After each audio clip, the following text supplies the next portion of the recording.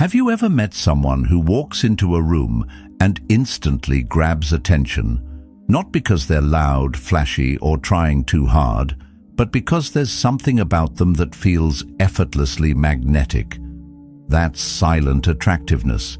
It's not about being the center of attention. It's about commanding respect and admiration without saying much. But here's the uncomfortable truth. Most people will never have it. Why? Because they spend their lives begging for scraps of validation, burning themselves out trying to be seen, while ignoring the quiet strength that tears through the noise without making a sound. True presence isn't built on tricks. It's built on character, discipline, and the courage to stand alone when the crowd demands you follow. If you're ready to stop chasing approval and start becoming the kind of person who draws others without trying, consider subscribing for you. Let this be your first step toward mastery of self, where growth, clarity, and purpose replace noise, chaos, and the need to prove yourself. 1. Own your independence. Some people walk into a room and it's as if the air shifts, yet they haven't said a word. They aren't wearing the loudest outfit. They're not telling the funniest story, and they certainly aren't scrambling for anyone's attention. What they have is something far rarer, a grounded sense of self that's impossible to fake.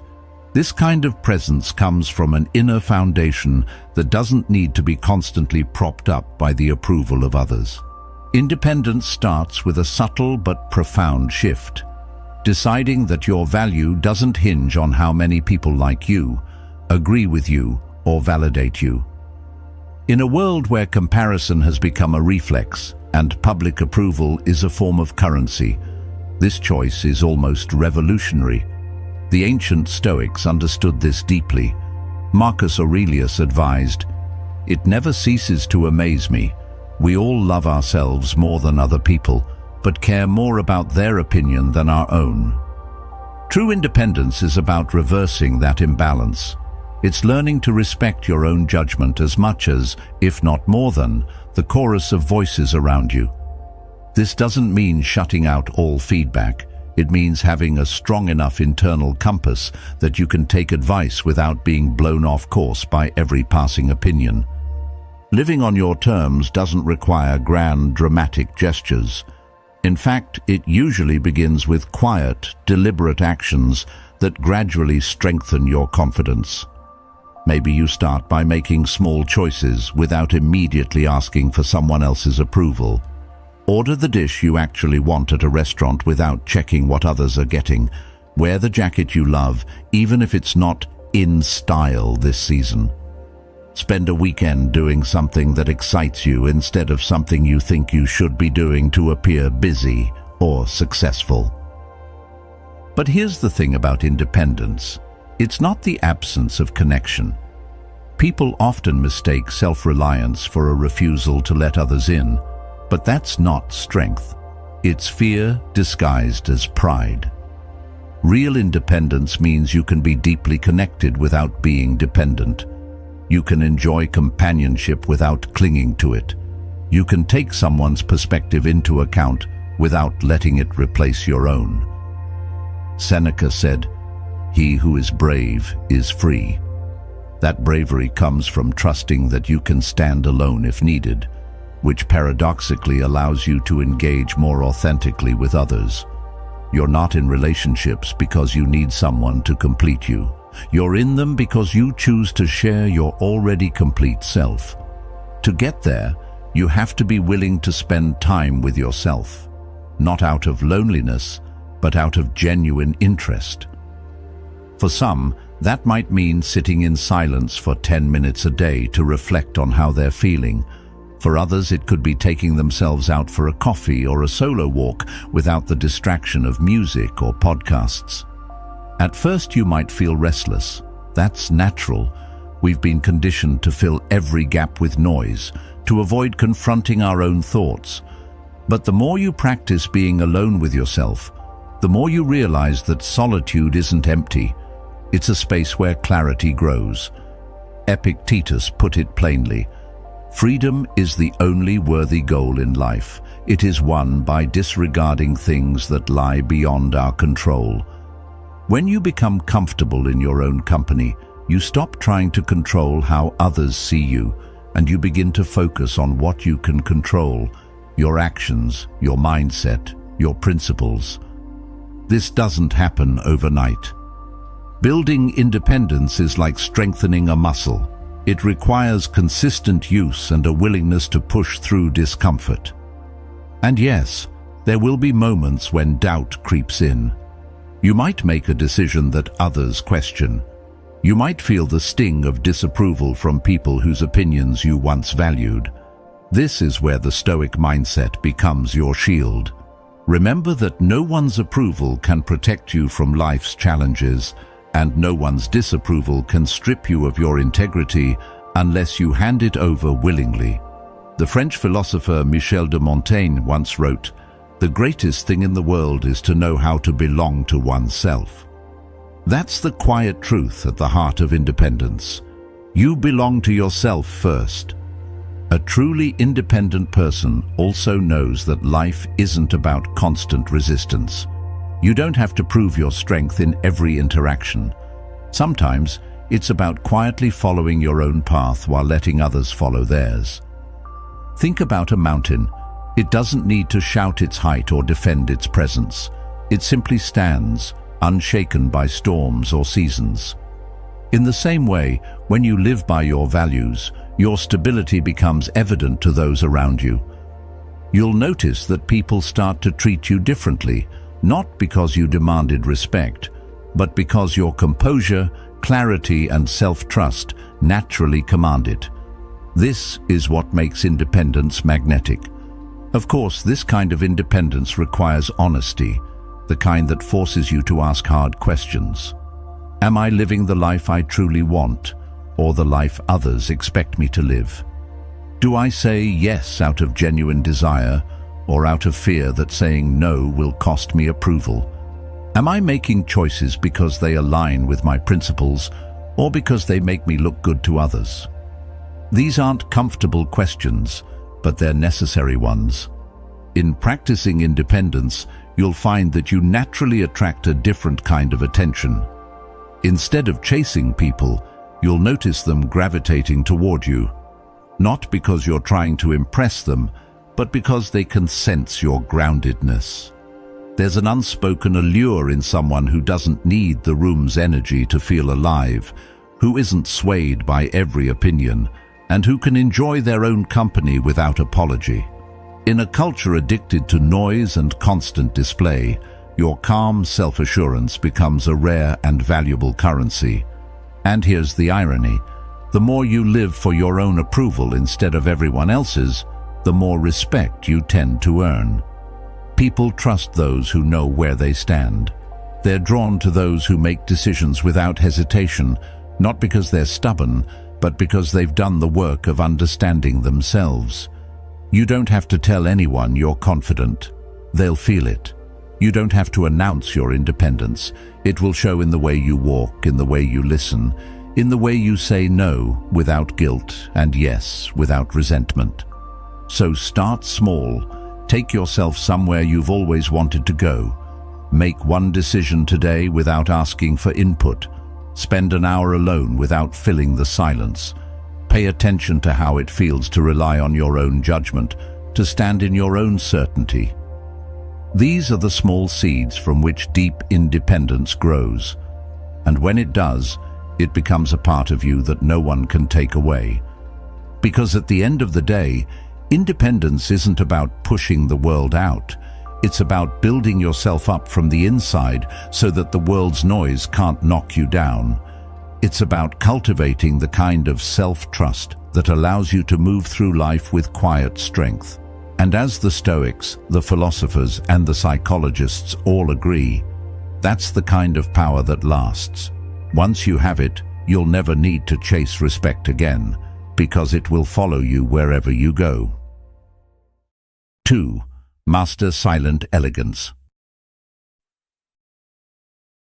There's a certain kind of presence that doesn't need to announce itself, yet it lingers in people's minds long after you've left the room. It's not the kind that comes from flashy clothes, dramatic entrances, or dominating every conversation. No, it's subtler than that, deeper than that.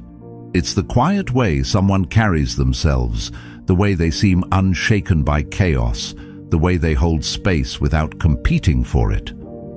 This is what I call silent elegance, a power that can't be faked because it comes from the inside out. Silent elegance is built on three main pillars: composure, intentional movement, and mindful interaction. Composure is the foundation. It's the ability to remain steady regardless of what's going on around you. The Stoics saw this as one of the highest virtues. Marcus Aurelius wrote, "You have power over your mind, not outside events. Realize this, and you will find strength." When you carry yourself with composure, it's as if you're telling the world, "I am grounded, I am steady, and I am not easily swayed." That alone is magnetic. People notice when someone isn't rattled by every shift in the conversation, every awkward pause, or every unexpected turn of events. The next pillar, intentional movement, is about how you physically show up in the world. You don't have to be rigid or overly formal. In fact, stiffness is the enemy of elegance. Instead, focus on moving in a way that's calm but deliberate. When you walk into a room, do it with a relaxed posture, shoulders slightly back, and your head held naturally, not too high, as if you're looking down on people, and not too low as if you're avoiding them. Your steps should be unhurried, not slow in a way that drags, but paced in a way that tells people you're not in a rush to prove anything. Eye contact is a major part of silent elegance, but it's often misunderstood. It's not about staring people down. It's about holding their gaze long enough to show you're engaged, and then breaking it naturally so it feels comfortable. Too little eye contact can make you seem disconnected. Too much can feel confrontational. The balance is key. And when you pair steady eye contact with a calm demeanor, you create an instant sense of trust. But silent elegance isn't only about posture and movement. It's also deeply connected to how you interact with others. In our culture, people often think you have to speak the most, tell the best stories, or be the most charismatic person in the room to make an impression. The truth is, you can command more respect by listening with intention than by talking endlessly. When you give someone your full attention, nodding occasionally, asking thoughtful follow-up questions, and not interrupting, you make them feel valued. And when people feel valued in your presence, they naturally associate you with warmth and confidence. Elegance also comes from restraint, the ability to know when not to react. In moments of conflict or discomfort, most people rush to fill the silence, explain themselves, or match the other person's energy.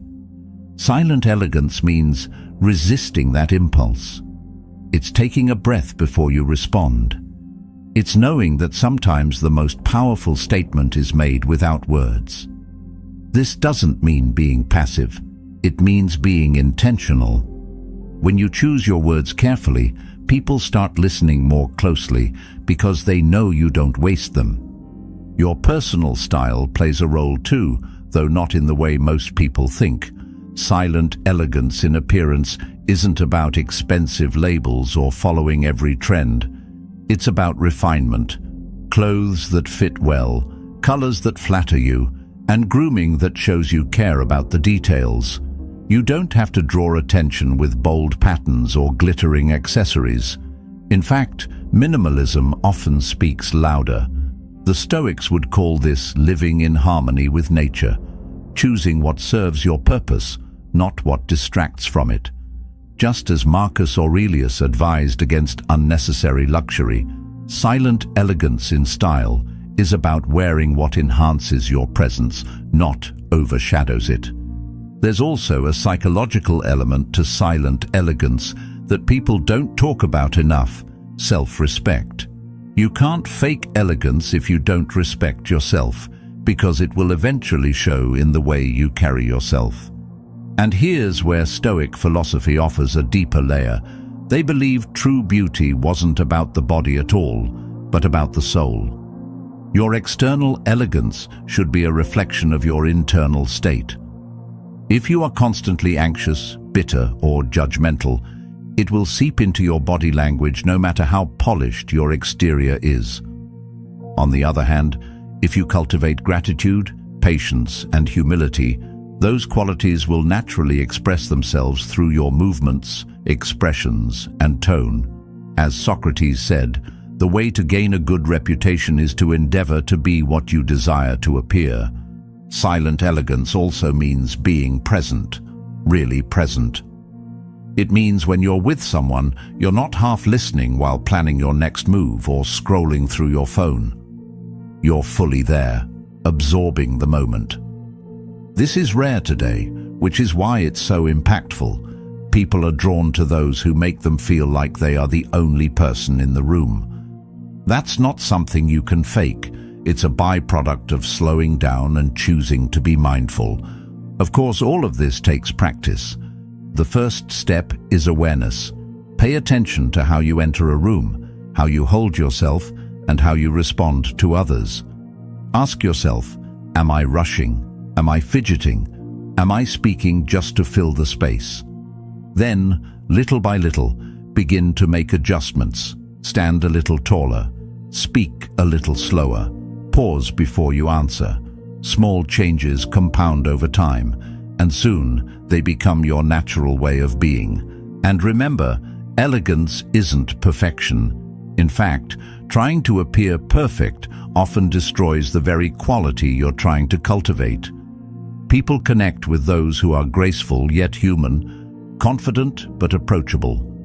The Japanese concept of wabi-sabi teaches that there is beauty in imperfection, and Stoic philosophy agrees. Your value is not diminished by flaws as long as you carry them with humility and composure. In the end, mastering silent elegance is less about learning to look elegant and more about learning to be elegant. It's about bringing your best self into every space, not to prove anything, but because it's who you are. When you walk with intention, listen with care, and move through the world with calm self-assurance, you send a silent message that people can feel even if they can't put it into words. And that's why silent elegance lasts.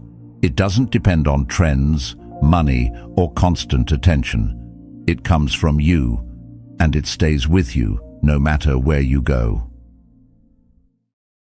3. The subtle signature scent. There are moments in life when a memory clings to you, not because of what someone said, but because of how they made you feel. And sometimes that feeling comes from something as simple as their scent. You might not even notice it at first.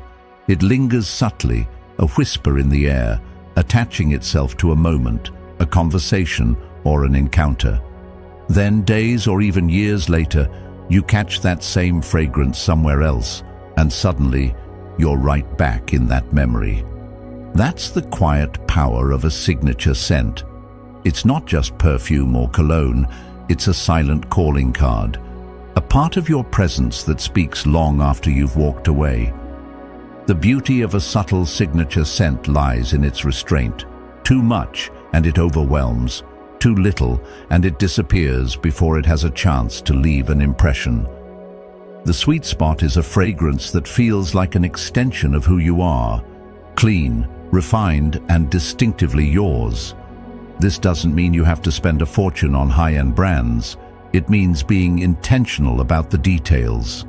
Just as the Stoics believed in aligning your outer actions with your inner values, your scent should align with the image and energy you want to project. Marcus Aurelius once wrote, "The soul becomes dyed with the color of its thoughts."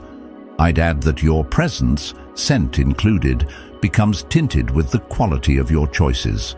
The fragrance you choose is one of those choices, a reflection of the care you take in presenting yourself to the world. But here's where many people misunderstand.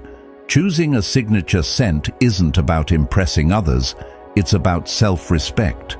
It's about knowing that when you step into a room, every part of you, even the invisible parts, is in alignment. A well-maintained personal scent signals attention to detail. It shows that you're intentional, that you understand the little things aren't so little after all. Fragrance works on a deeper, almost primal level. Our sense of smell is directly connected to the brain's limbic system, the part that governs emotions and memory. That's why certain scents can instantly transport us back to a moment or a feeling. Epictetus once taught, "First say to yourself what you would be, and then do what you have to do." If you want to be remembered as someone calm, refined, or energizing, your scent can help anchor that impression in people's minds. When you choose it intentionally, it's no longer random. It becomes a silent signature of your character. Your signature scent doesn't have to be something obvious or heavily perfumed. In fact, some of the most attractive scents are barely noticeable, blending so naturally with you that people can't quite pinpoint what it is. They just know they want to be near it. Think fresh laundry, clean skin, subtle notes of wood, citrus, or spice. These kinds of fragrances invite people in without overpowering them. Seneca once wrote, "Simplicity is the ultimate sophistication." That wisdom applies perfectly here. Your scent should enhance, not distract. Of course, scent is only one part of the equation. It's a reflection of your overall personal care, which is where many people miss the mark. No fragrance can cover for poor hygiene, unwashed clothes, or neglecting the basics. A signature scent works best when it's the final touch on a foundation of cleanliness and grooming. It's like adding a subtle frame to a well-painted picture. It highlights what's already there, rather than trying to mask flaws. Socrates put it beautifully, "Be as you wish to seem." If you wish to seem elegant, disciplined, and composed, start by being those things in your daily habits. Your scent will simply echo them. Creating a signature scent for yourself is also an act of self-awareness. It requires you to ask, what feeling do I want to leave behind when I'm no longer in the room? Do I want to project warmth and comfort, freshness and clarity, strength and mystery? Once you identify that, you can find a scent that supports it. The Stoics often spoke of living in harmony with nature, and in this context, it means choosing something that feels authentic to your natural energy, not something that feels like you're wearing a mask. And remember, your scent isn't only about perfume or cologne. It's also in the soap you use, the detergent you wash your clothes with, even the subtle aroma of your hair products. All of these work together to create your overall presence. Think of them as different instruments in a symphony, blending to create one distinct sound, or in this case, one distinct impression. Michel de Montaigne once said, "The greatest thing in the world is to know how to belong to oneself." A signature scent is part of that belonging. It's choosing something that feels like home to you, so that when others encounter it, they're meeting the truest version of you. There's a psychological edge to all this too. When you know you smell good, when you've taken the time to choose and apply your scent with care, you carry yourself differently. You move with more confidence, you interact with more ease, and you project a subtle assurance that people pick up on, even if they can't articulate why. One of the most understated benefits of a signature scent is its ability to make your presence linger after you've left. Not in a heavy, overpowering way, but in a gentle reminder, a faint trace that keeps you in someone's mind. That's powerful, because it's not about forcing them to remember you, it's about giving them a reason to. The Stoic philosopher Epictetus might frame it this way: leave behind not just a memory of your words or actions, but a feeling, an atmosphere, a trace of your essence that others can't quite shake. Now, here's where the discipline comes in. A signature scent works because it's consistent. It's not something you change every week on a whim. Over time, people begin to associate it with you, and that consistency builds recognition. In a way, it's like a personal brand, something instantly familiar that signals, "I'm here." Seneca might call this living according to your principles, even in small things, because they reflect the larger structure of your life. To build this habit, start small. Test different scents and notice how you feel wearing them. Do they energize you, ground you, make you feel more at ease? Choose one that feels right, then stick with it. Make it a part of your routine. Apply it before important meetings, social events, or even just as part of your daily preparation. Over time, it will become second nature, and so will the confidence that comes with it. The truth is, the world remembers far less about what we say than about how we make people feel. A signature scent is one of those small, almost invisible tools that can shape that feeling in a powerful way. It's quiet, it's personal, and it's deeply human. As Marcus Aurelius reminded us, what is not good for the beehive cannot be good for the bees. Taking care of your own presence, down to the finest details, benefits not just you, but everyone you interact with. It makes their experience of you richer, more memorable, and more pleasant. So the next time you think about how to make a lasting impression, remember this. Your scent speaks long after you stop talking. It's not vanity, it's self-respect in its most subtle form. It's the invisible handshake, the quiet nod, the unspoken statement that you are a person who pays attention to the little things. And in a world that rushes past the details, that alone can make you unforgettable. 4. Be fully present. There's a rare kind of person you meet from time to time who makes you feel like the only human being in the world. When you talk, they're not glancing at their phone, scanning the room, or waiting for their turn to speak. They're fully there, with you in the moment, absorbing every word.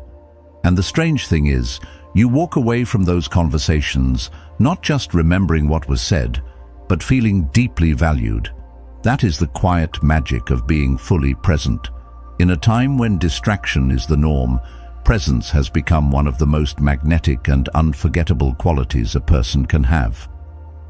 Carl Jung once wrote, "The meeting of two personalities is like the contact of two chemical substances.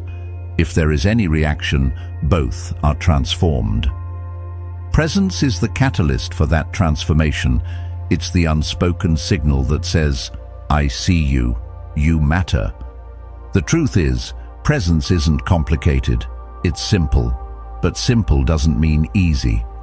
We live in a culture that thrives on interruption, notifications, scrolling feeds, background noise, multitasking.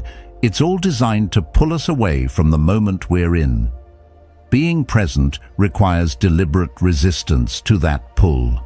The Stoics knew this long before smartphones existed.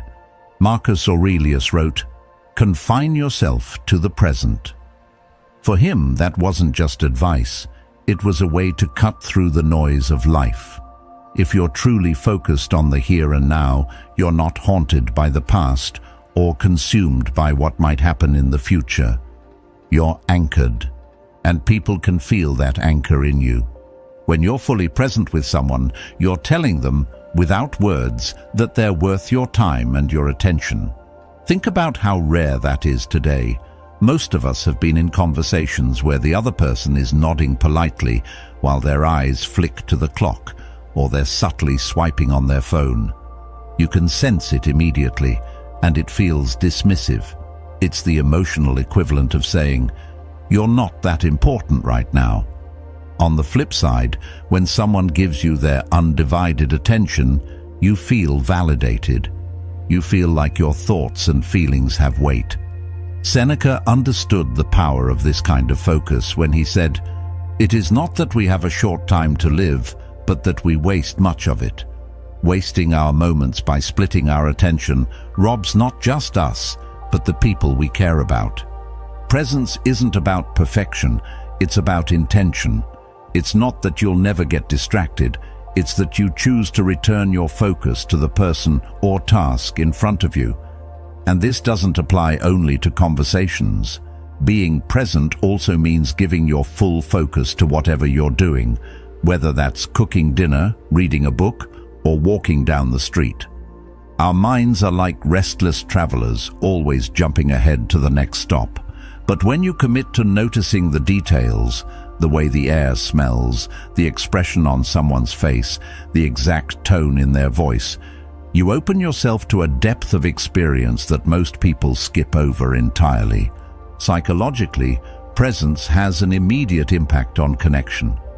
When you give someone your attention, you're not just hearing their words, you're picking up on their body language, their tone, and the emotions behind what they're saying. This makes you far more empathetic and responsive. Of course, presence also requires self-discipline.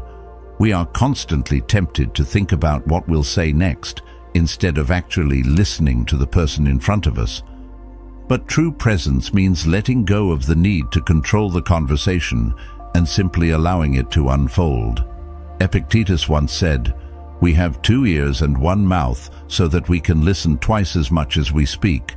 That's not just a guideline for politeness, it's a path to real influence.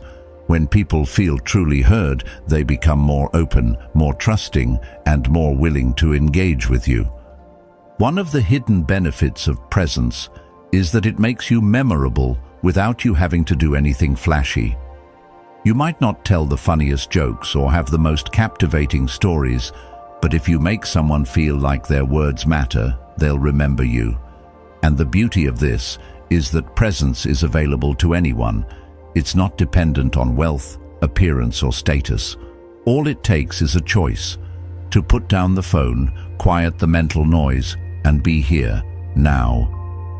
As Michel de Montaigne said, "The greatest thing in the world is to know how to belong to oneself." You can't give your attention to others if you don't first learn to ground yourself in your own presence. Being fully present doesn't mean you lose yourself in others, though.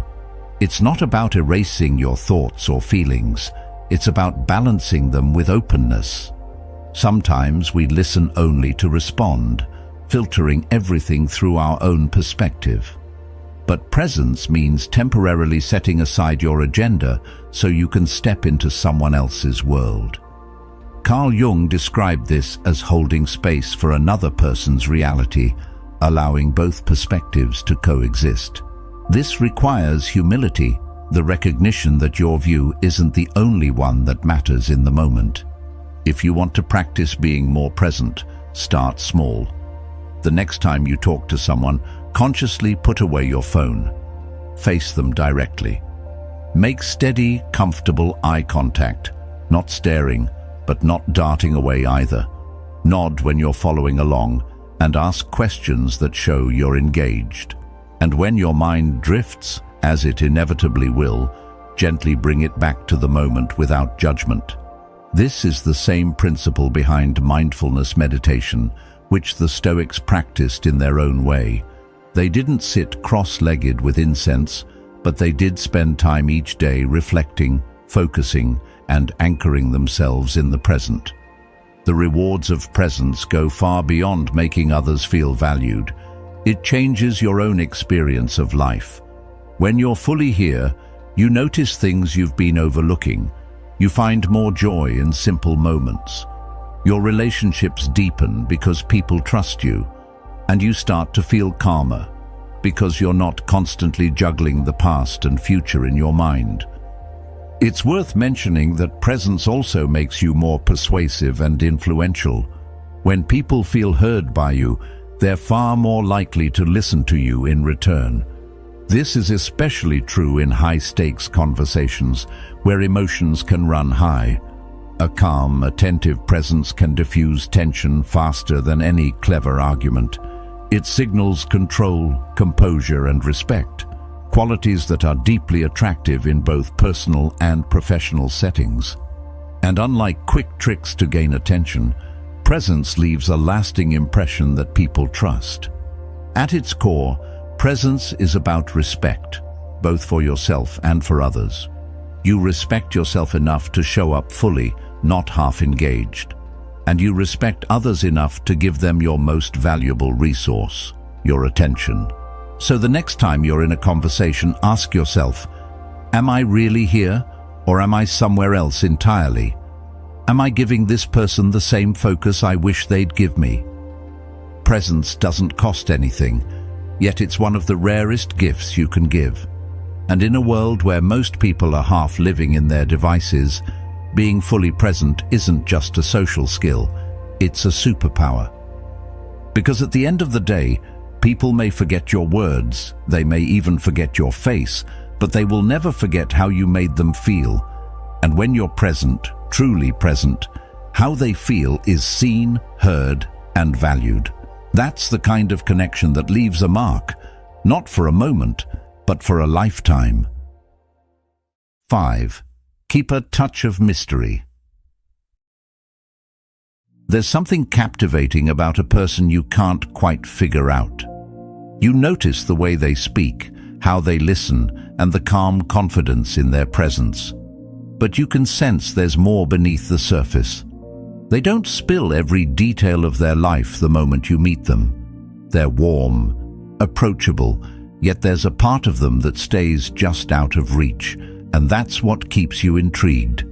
In a world where oversharing has become second nature, and every thought, meal, and opinion is broadcast for instant consumption, the ability to keep certain things to yourself has become rare and powerful.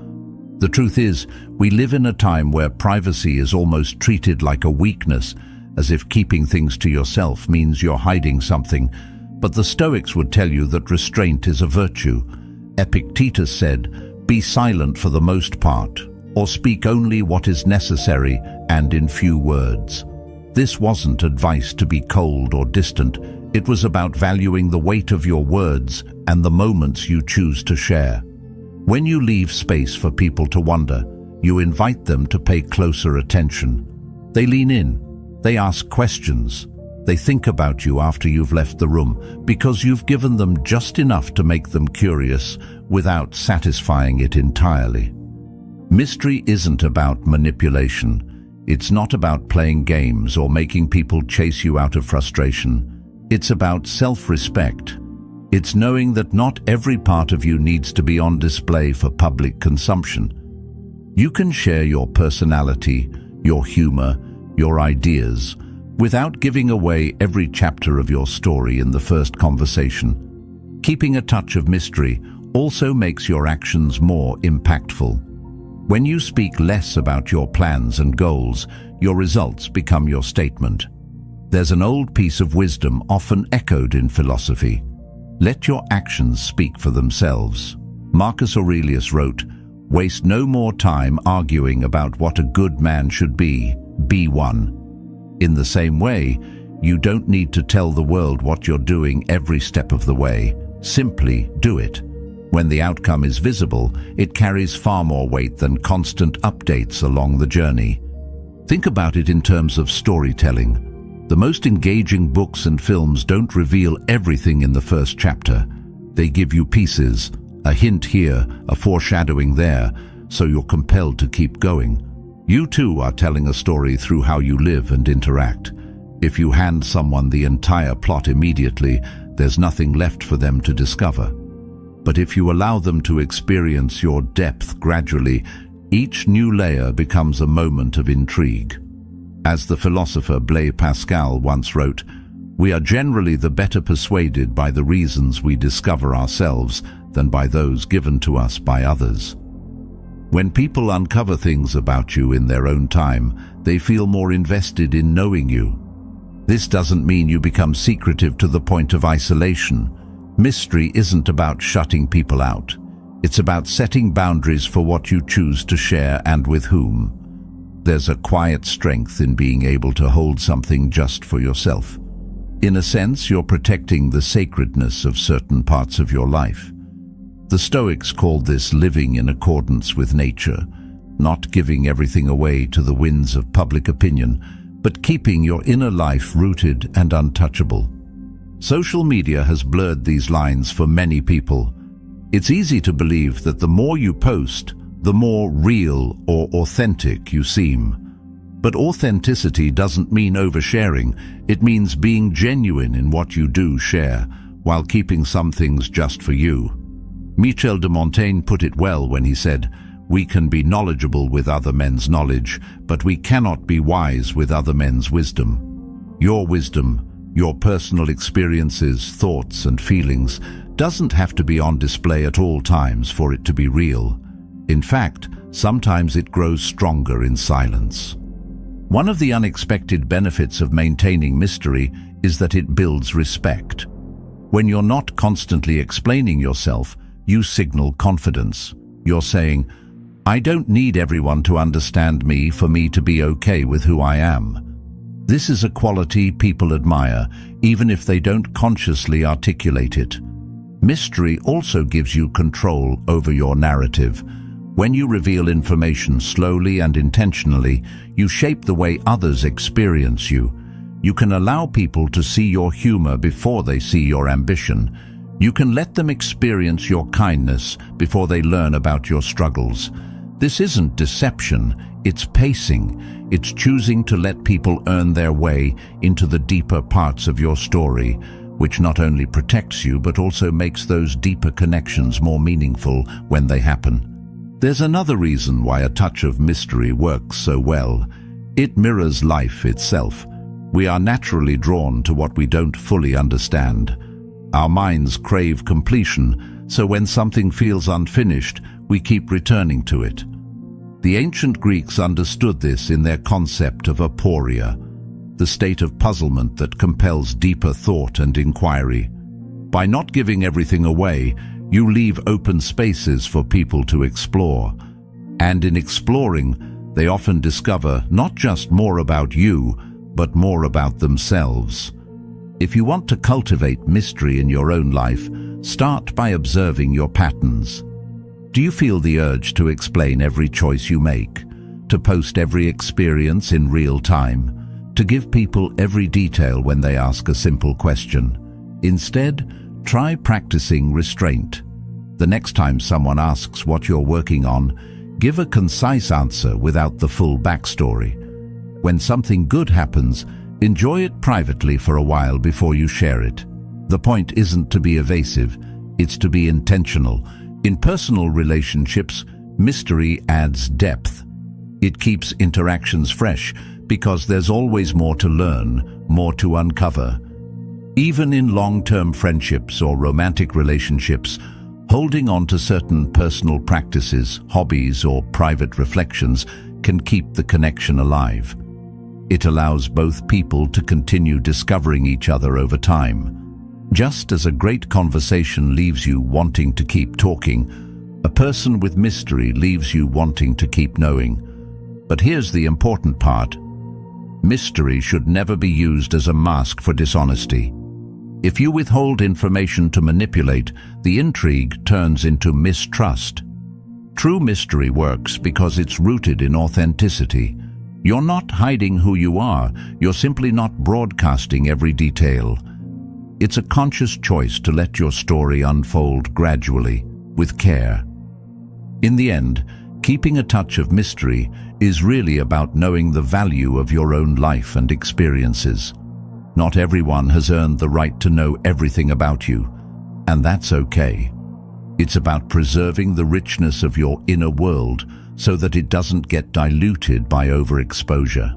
As Seneca wisely said, "It is the power of the mind to be unconquerable." Part of that power comes from knowing when to speak and when to let silence do the work. So stop feeling like you owe the world a running commentary of your life. Let people wonder. Let them ask. Let them be drawn to the spaces you choose not to fill. In a noisy world, mystery is a kind of quiet music, and the less you reveal, the more they lean in to listen. 6. Develop cultural wisdom.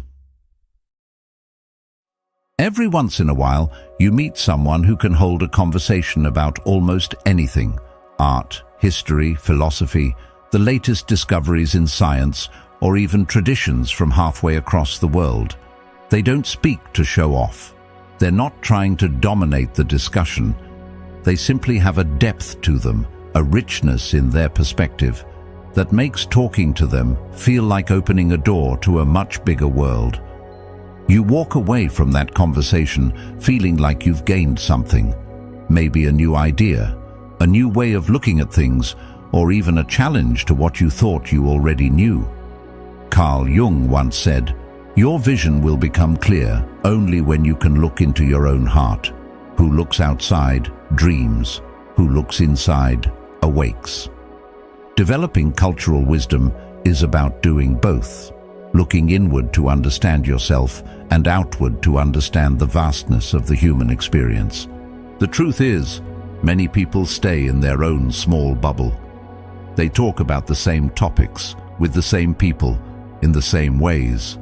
There's nothing wrong with familiarity, but the danger is becoming narrow-minded without realizing it. The Stoics understood the importance of widening one's view. Marcus Aurelius wrote, "The universe is change. Our life is what our thoughts make it." When you expose yourself to different cultures, different philosophies, and different ways of living, your thoughts expand, and so does your life. You begin to see that your way isn't the only way, and that realization alone makes you more adaptable, more understanding, and far more interesting to be around.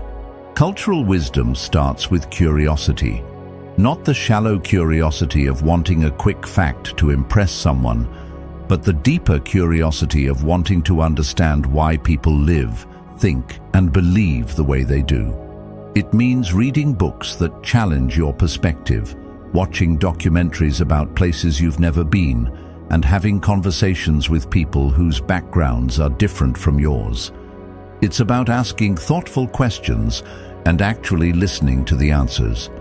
Seneca once said, "We have 2 ears and 1 mouth, so we can listen twice as much as we speak." This advice applies perfectly here. Developing cultural wisdom is as much about listening and observing as it is about speaking. When you cultivate this kind of knowledge, you bring more to the table in every interaction. You can talk about more than just the weather or the headlines of the day. You can draw parallels between ancient philosophies and modern dilemmas. You can share stories about cultural traditions that most people have never heard of, not to impress, but to inspire curiosity in others. And here's the thing, when you do this without arrogance, without trying to one-up anyone, people are drawn to you. They feel enriched by the conversation, not diminished. One of the most underrated aspects of cultural wisdom is empathy. The more you understand about how other people live, the easier it becomes to step into their shoes. You start to see the reasoning behind actions that once puzzled you, and you realize that different doesn't mean wrong. This shift in thinking can change not only your conversations, but your relationships. Epictetus reminded us, "Men are disturbed not by things, but by the view which they take of them." Cultural wisdom helps you refine that view. It allows you to see beyond the surface and approach people with compassion instead of judgment. Of course, developing cultural wisdom doesn't happen overnight. It's built one small choice at a time, choosing to read instead of scrolling, asking someone about their hometown instead of making assumptions, trying a dish from a cuisine you've never tasted before, attending a festival that celebrates a culture other than your own. Each of these experiences adds another thread to the tapestry of your understanding.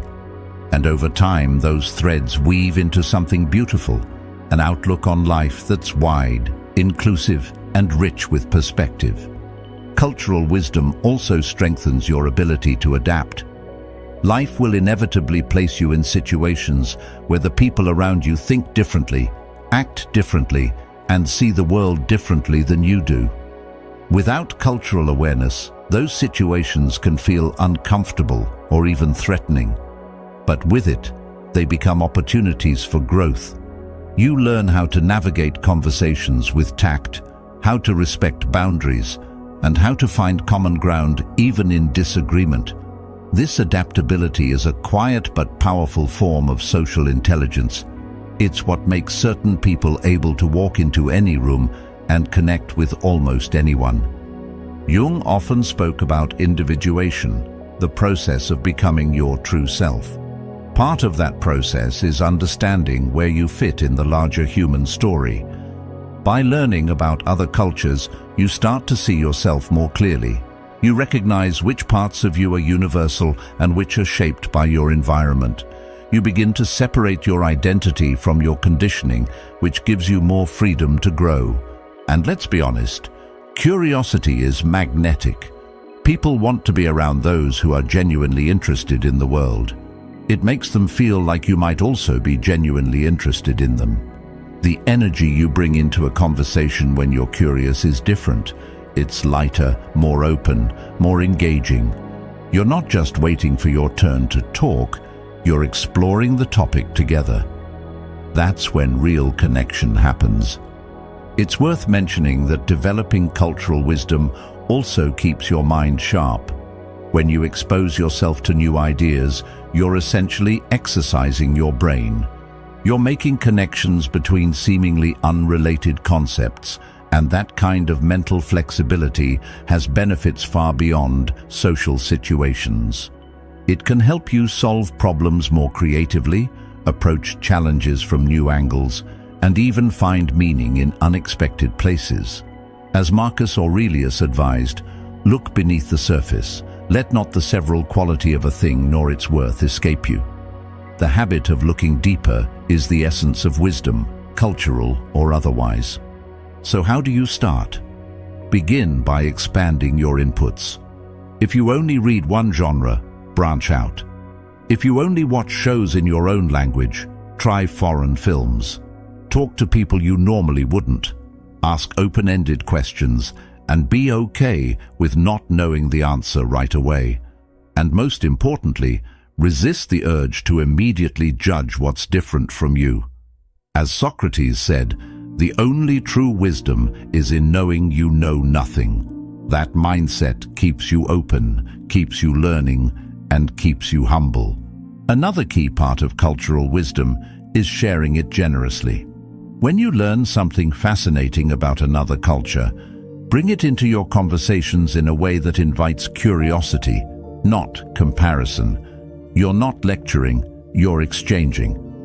When someone shares something about their background with you, show genuine appreciation. That moment of respect can go a long way in building trust and connection.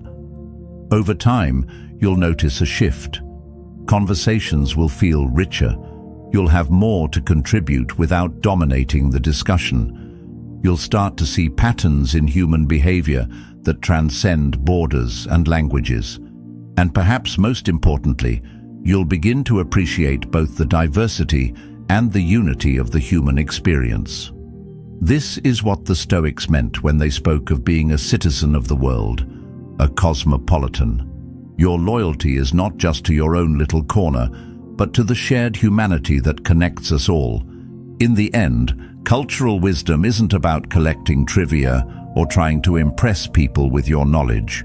It's about living with a wider lens, seeing more, understanding more, and connecting more deeply. It's about stepping out of your bubble and realizing the world is far bigger and more beautiful than you imagined. And when you carry that awareness with humility and warmth, you don't just stand out, you draw people in. Because you're not only someone who knows things, you're someone who cares enough to keep learning. And in a world full of noise, that kind of curiosity is unforgettable. 7. Lead with compassion. Some people walk into a room and bring a certain kind of peace with them. It's not in what they say first or even in how they look. It's in the way they make you feel when you're around them. You feel heard. You feel understood. You feel like you can breathe a little easier. That's the quiet power of compassion. It's a strength that doesn't shout for attention, but it changes the atmosphere wherever it goes. Carl Jung once said, Knowing your own darkness is the best method for dealing with the darkness of other people.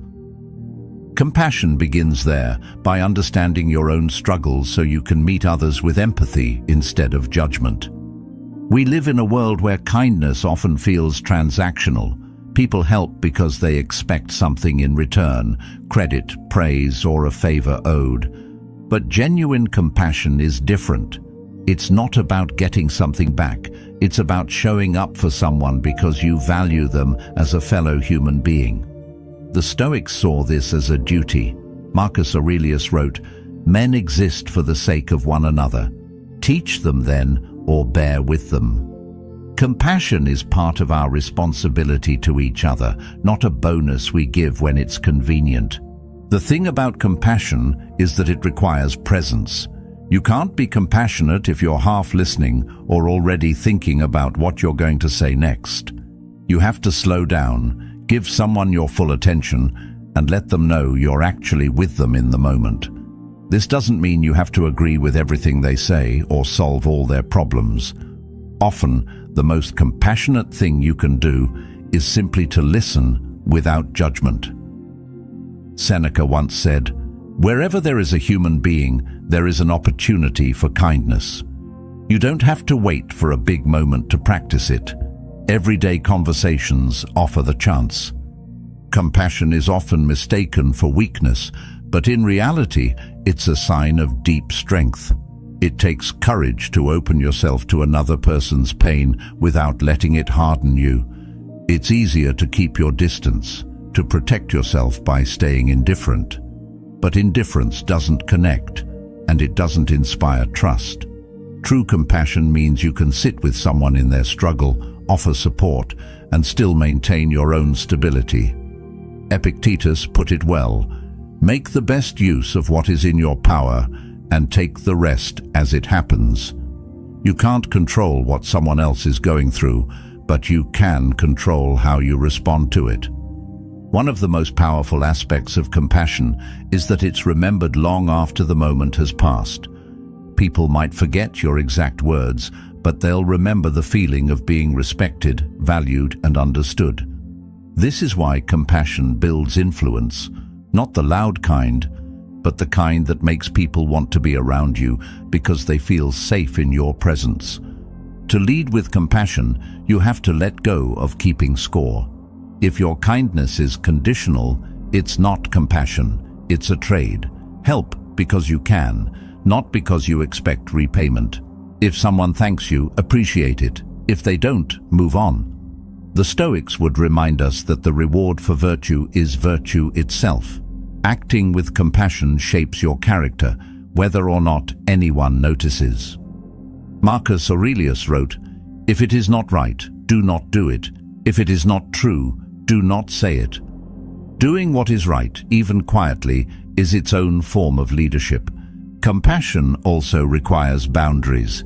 It doesn't mean sacrificing your well-being to help everyone else. If you drain yourself completely, you won't be able to show up for anyone, not even yourself. This is where self-awareness comes in. Jung believed that facing your own inner challenges gives you the perspective to understand others without being consumed by their struggles. You can care deeply while still protecting your own energy. That balance is what keeps compassion strong instead of burning it out. There's also a practical side to compassion. It's not only about being there for friends or family. It applies in every part of life. At work, compassion helps you navigate conflicts without unnecessary hostility. In leadership, it makes people more willing to follow you because they know you care about their well-being. In relationships, it deepens trust and creates a foundation of mutual respect. Epictetus taught, "No great thing is created suddenly." Compassion works the same way. It's built through consistent small actions, not grand gestures. If you want to develop compassion, start with patience. The next time someone frustrates you, pause before reacting. Ask yourself what might be happening in their life that you can't see. This doesn't excuse bad behavior, but it shifts your perspective. When you approach people with curiosity instead of instant judgment, you open the door to understanding. Michel de Montaigne once said, "The greatest thing in the world is to know how to belong to oneself." When you're secure in who you are, you don't feel threatened by offering others empathy. Compassion also grows when you make a habit of small, intentional acts of kindness. Hold the door open, send a message to check in on someone without any agenda, offer a genuine compliment. These moments might seem insignificant, but over time, they shape the way people experience you. More importantly, they shape the way you experience the world. You start to see opportunities to contribute positively, and that outlook becomes part of your identity. Leading with compassion doesn't mean you avoid difficult conversations. Sometimes, the most compassionate thing you can do is tell someone a hard truth, but with empathy and respect. It's the difference between criticizing to tear down and guiding to build up. When you make compassion a core part of how you move through the world, you'll notice it changes the way people respond to you. You might find that doors open more easily, conversations flow more naturally, and relationships feel less strained. People gravitate toward those who make them feel valued, and compassion is one of the most reliable ways to create that feeling. And just as importantly, it changes how you see yourself. You begin to take pride, not in how much you've gained, but in how much you've given without expecting anything in return. The Stoics would say that the measure of a good life isn't in possessions or recognition, but in the quality of your character. And compassion is a key piece of that quality.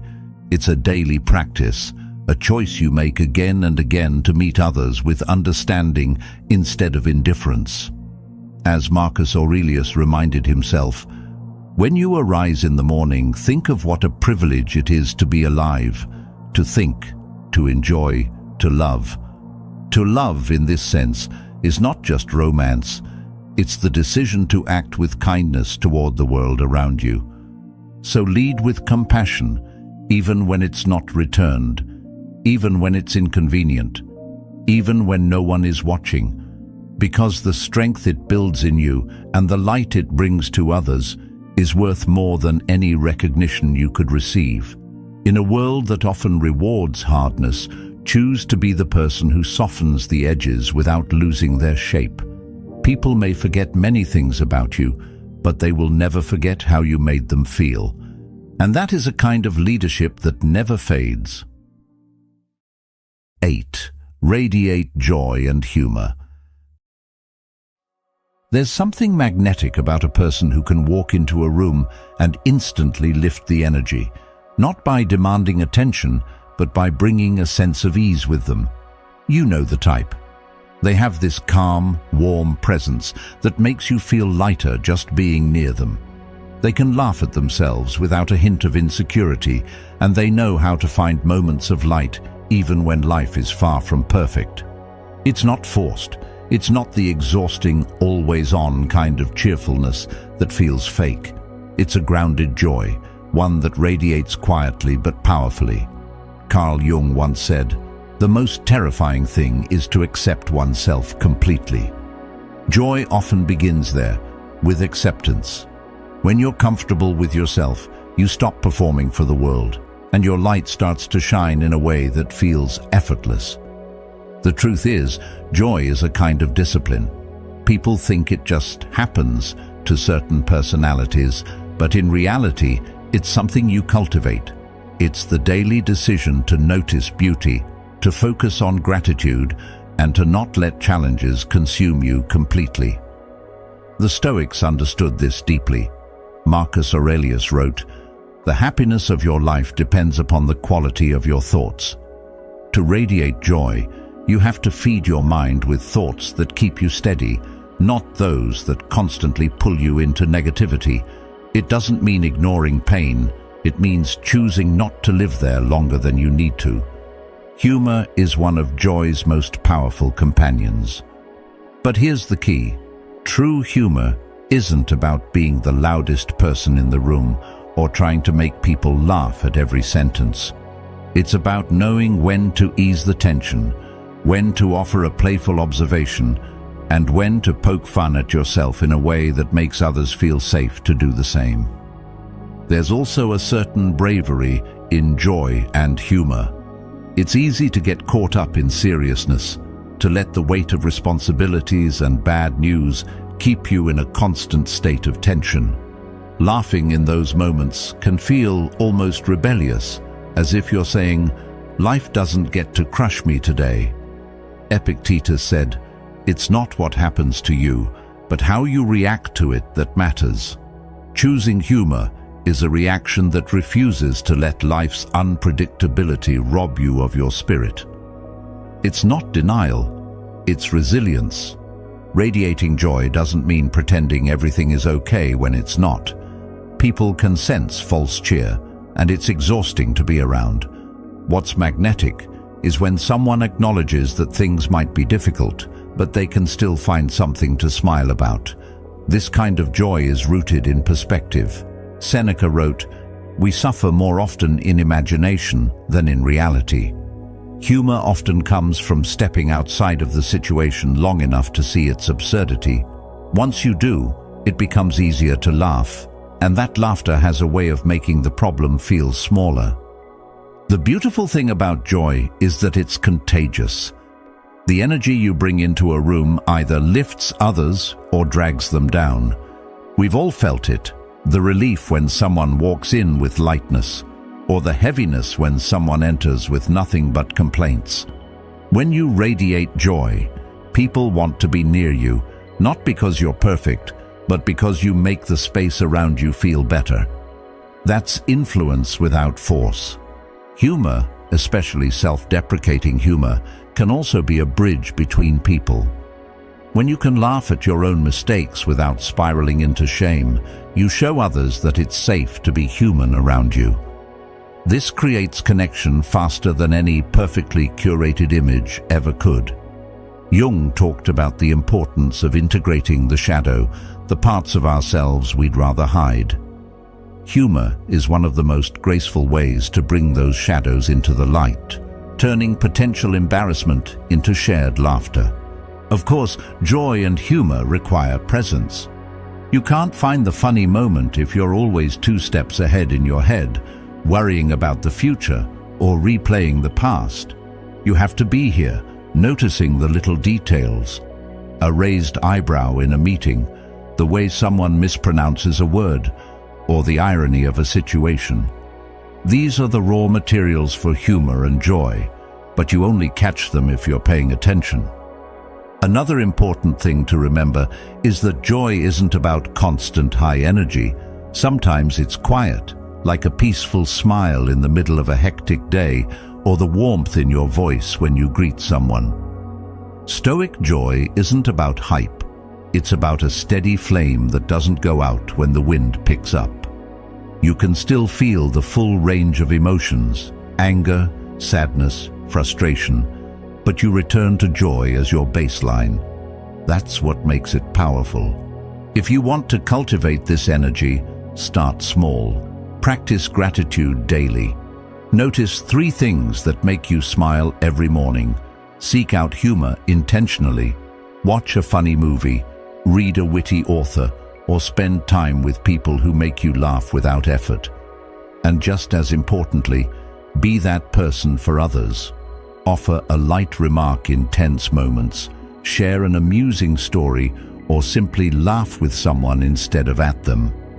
Emerson once said, "To laugh often and much, to win the respect of intelligent people and the affection of children, this is to have succeeded." Joy is part of that success.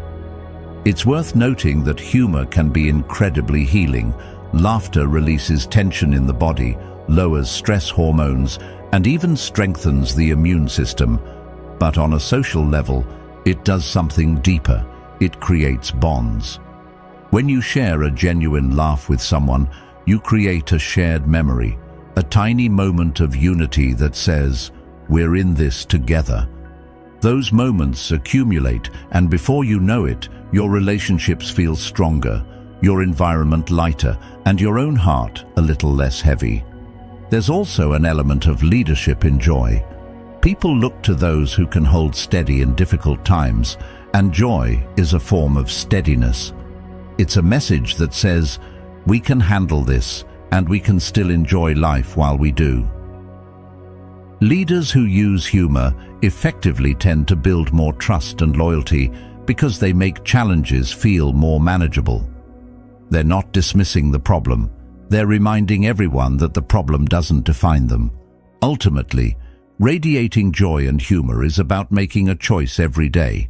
It's about deciding to bring light instead of darkness, to lift instead of weigh down, to connect instead of isolate. It's not about ignoring reality, it's about refusing to let reality steal your ability to enjoy life. As Epictetus would remind us, we can't control everything that happens, but we can always control the energy we bring to it. So, laugh at yourself when you spill your coffee. Smile at the stranger in the elevator. Share the ridiculous story about the time you made a complete fool of yourself. Let people see that you can find joy in the ordinary and humor in the chaos. Because the truth is, the world needs more people who can carry joy like a lantern, steady, warm and bright enough to make the path a little lighter for everyone around them. And when you become that person, you'll find that people don't just enjoy your company, they're drawn to it. They want that light in their lives. And that's a kind of presence that speaks louder than any words ever could. 9. Prioritize self-care. There's a certain kind of presence that you can't fake. It's in the way a person moves, in the quiet energy they carry, in how they speak without rushing their words. You notice they seem grounded, balanced in a way that isn't about showing off, but about having a calm confidence that radiates from the inside out. That presence doesn't come from luck or genetics. It comes from something deeper, the consistent choice to take care of themselves day after day. Carl Jung once said, "What you resist persists." When you neglect your own needs, the effects show up. Tiredness, irritability, a lack of clarity, and those signs don't just fade away. They build until you can't ignore them anymore. Self-care is the practice of facing those needs before they become crises. The problem is, self-care has been watered down into an image of bubble baths and face masks. There's nothing wrong with those things, but they're just the surface. Real self-care is far less glamorous, but infinitely more powerful. It's choosing the foods that fuel you instead of the ones that leave you sluggish. It's getting enough sleep even when it means saying no to something you'd enjoy in the short term. It's staying active, not to chase an unrealistic image, but because you want your body to support you for years to come. And it's protecting your mental health with the same urgency you'd protect your physical safety. Self-care is also about discipline. Not the harsh, punishing kind that drains you, but the steady, self-respecting kind that says, "I matter enough to show up for myself today."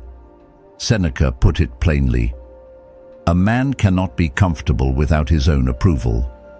If you're constantly breaking promises to yourself, skipping workouts, staying up too late, neglecting your mental space, you slowly erode your own trust. But when you follow through on the commitments you make to yourself, even in small ways, you build self-respect, brick by brick. And that respect changes the way you carry yourself. There's an undeniable attractiveness to someone who clearly takes care of themselves. It's not about perfection, it's about signaling that you value your life enough to nurture it. People pick up on that energy, often subconsciously. They see someone with clear eyes, steady posture, and a kind of calm alertness, and they think, this is someone who's got their life in order. You don't have to say it, they can see it. But let's be honest, self-care isn't always comfortable. Sometimes it's choosing to meal prep instead of ordering takeout. Sometimes it's getting up early to exercise when you'd rather stay in bed. Sometimes it's saying no to people you care about because you know you need time to rest. These aren't the moments you post about, but they're the ones that matter most. Mental self-care is just as important as the physical side. This means knowing when your mind is overloaded and taking steps to clear it. It might mean journaling to get your thoughts out, meditating to steady your breathing, or simply spending time in nature to reset. Jung believed that who looks outside dreams, who looks inside awakes. Turning inward isn't selfish, it's essential. If you never pause to check in with yourself, you risk running on autopilot, missing the signs that something needs to change. There's also a social element to self-care, choosing the people you surround yourself with. If you spend your time with those who drain your energy or constantly pull you into drama, you're undermining your own well-being. Protecting your boundaries isn't cold, it's an act of respect for yourself and your future. As the Stoics would say, your time and attention are the most precious things you have. Spend them wisely. One of the most overlooked parts of self-care is rest. In a culture obsessed with productivity, rest is often treated like a weakness. But the Stoics saw it differently. They valued periods of stillness as much as action. Marcus Aurelius often reminded himself to step back, to breathe, to remember his place in the larger flow of life. Rest isn't about doing nothing. It's about restoring the mind and body so you can do everything else with focus and clarity. Of course, balance is the heart of self-care. Too much indulgence and you lose the benefits of discipline. Too much discipline without rest and you burn out. The goal is to find the rhythm that sustains you, one that you can keep for the long term. This rhythm will look different for everyone. For some, it's waking up early to meditate and exercise. For others, it's protecting slow evenings to read, cook, or connect with loved ones. What matters is that it's intentional. Self-care also extends to the way you speak to yourself. The words you use internally can either fuel you or drain you. If you constantly criticize yourself, no amount of external care will undo the damage. Compassion toward yourself isn't weakness. It's what allows you to keep growing without becoming bitter. Montaigne said, "The greatest thing in the world is to know how to belong to oneself." When you treat yourself as someone worth belonging to, everything changes. The beauty of prioritizing self-care is that it has a ripple effect. When you take care of yourself, you show up better for others. You have more patience, more energy, and more focus. You can offer help without resenting it because you're not running on empty. This is why self-care is not selfish. It's the foundation for everything you give to the world. The Stoics believed in living a life of virtue, and that requires a sound mind in a sound body. Without care for yourself, your ability to live that virtue is compromised. Start where you are. Don't wait for the perfect time to overhaul your life. Begin with small, consistent steps, a short walk every day, a better bedtime routine, a few minutes of stillness in the morning. Each act reinforces the message, I matter enough to do this. And as those acts accumulate, you'll notice shifts in your mood, your energy, your resilience. Over time, self-care becomes less about specific actions and more about identity. You stop thinking of it as a checklist and start seeing it as part of who you are. You're someone who eats to fuel your body, who rests to restore your mind, who moves to stay strong, who protects their boundaries because they value their peace. That's not just attractive, it's powerful. And the truth is, people can feel it. They can sense when you're operating from a place of strength and balance. They see the difference in how you handle challenges, in how you carry yourself, in how you interact with the world. Prioritizing self-care doesn't make life perfect, but it gives you the strength to meet life as it is, with clarity, discipline, and calm. In the end, self-care is a choice you make over and over. It's not something you do once and forget. It's a way of living. It's the daily commitment to treat yourself like someone worth investing in. And when you do that, you not only change how you feel, you change how the world experiences you. As the Stoics might say, you become the kind of person who lives in harmony with themselves, and that harmony is something everyone around you can see. 10. Build emotional intelligence. Some people seem to have a natural ability to navigate any social situation. They can walk into a tense room and instantly sense what's going on beneath the surface. They know when to stay quiet, when to ask the right question, and when to step in with something meaningful to say. They make people feel understood without even trying. This isn't luck, it's a skill. And that skill is called emotional intelligence. At its core, emotional intelligence is about awareness, awareness of yourself, awareness of others, and awareness of the environment you're in. The Stoics understood this long before the term existed. Marcus Aurelius wrote, "If someone is able to show me that what I think or do is not right, I will happily change, for I seek the truth, by which no one was ever truly harmed." This is emotional intelligence in action, the humility to be corrected without defensiveness, and the ability to adapt without losing yourself. The first part of building emotional intelligence is self-awareness. You need to understand your own emotional patterns, what triggers you, what calms you, and how your moods influence your behavior. Without this, you'll constantly be at the mercy of your reactions. Seneca said, "We are more often frightened than hurt, and we suffer more in imagination than in reality." If you can pause long enough to question your initial emotional response, you create space between feeling and action. In that space, you gain control. The second part is self-regulation. This doesn't mean suppressing your emotions or pretending you don't feel them. It means knowing how to manage them so they serve you, not sabotage you. Think about the difference between reacting and responding. A reaction is immediate, fueled by raw emotion. A response is deliberate, guided by thought.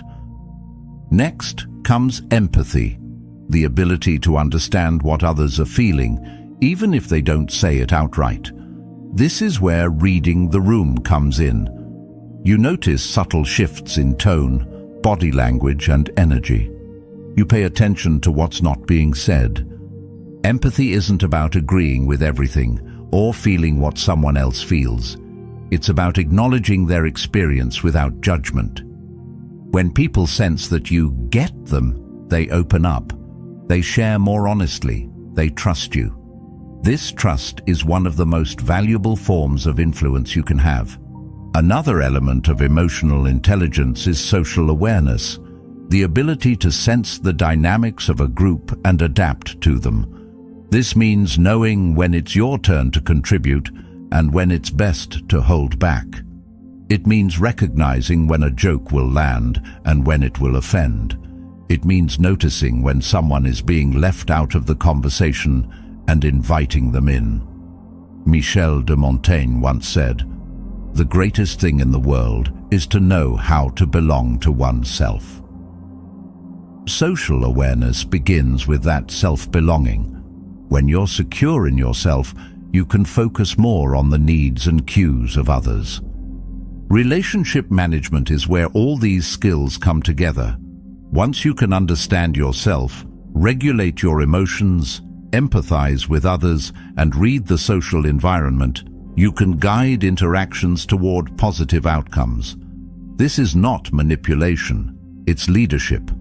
It's the ability to bring calm to tense situations, resolve conflicts without unnecessary damage, and help people feel valued even when you disagree with them. Marcus Aurelius advised, "The best revenge is not to be like your enemy." In moments of conflict, emotional intelligence gives you the strength to rise above petty reactions And choose responses that serve the bigger picture.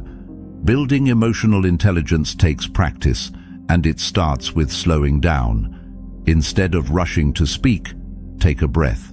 Instead of assuming you know what someone means, ask. Instead of matching someone's anger with your own, lower your voice and steady your tone. These small adjustments compound over time, transforming the way people experience you. One of the most underrated parts of emotional intelligence is curiosity. When you approach people and situations with the intent to understand rather than to judge, you naturally become more attuned to the emotional undercurrents around you. This skill doesn't just make you more likable, it makes you more effective in every area of life. In business, emotional intelligence helps you negotiate better, lead teams more effectively, and build strong professional relationships.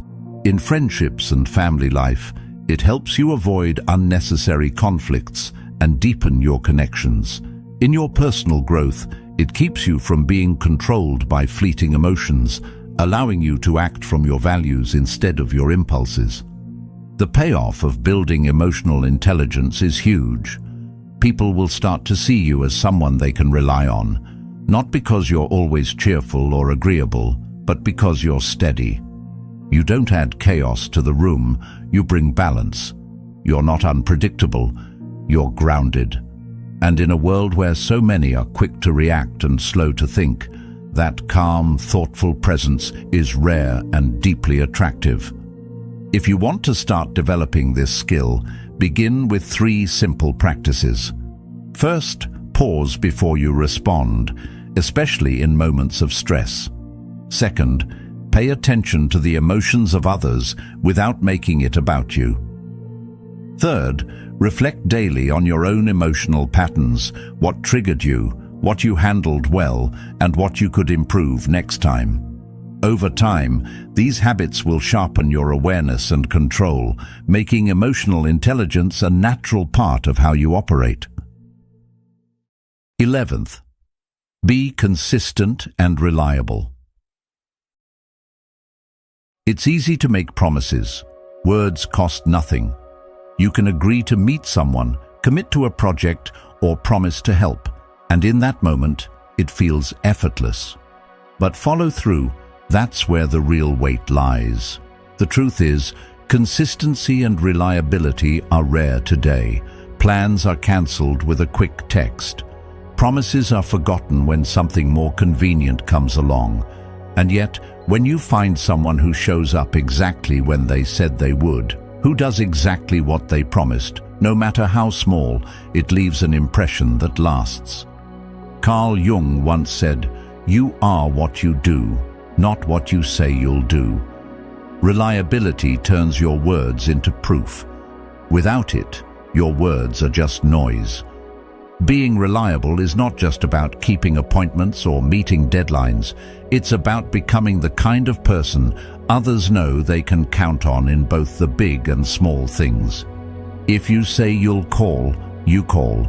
If you commit to a responsibility, you follow through, even when it's inconvenient.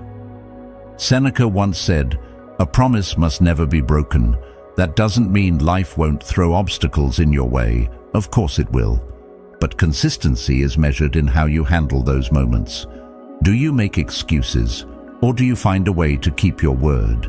Reliability builds trust faster than almost anything else. Trust is not formed in a single grand gesture.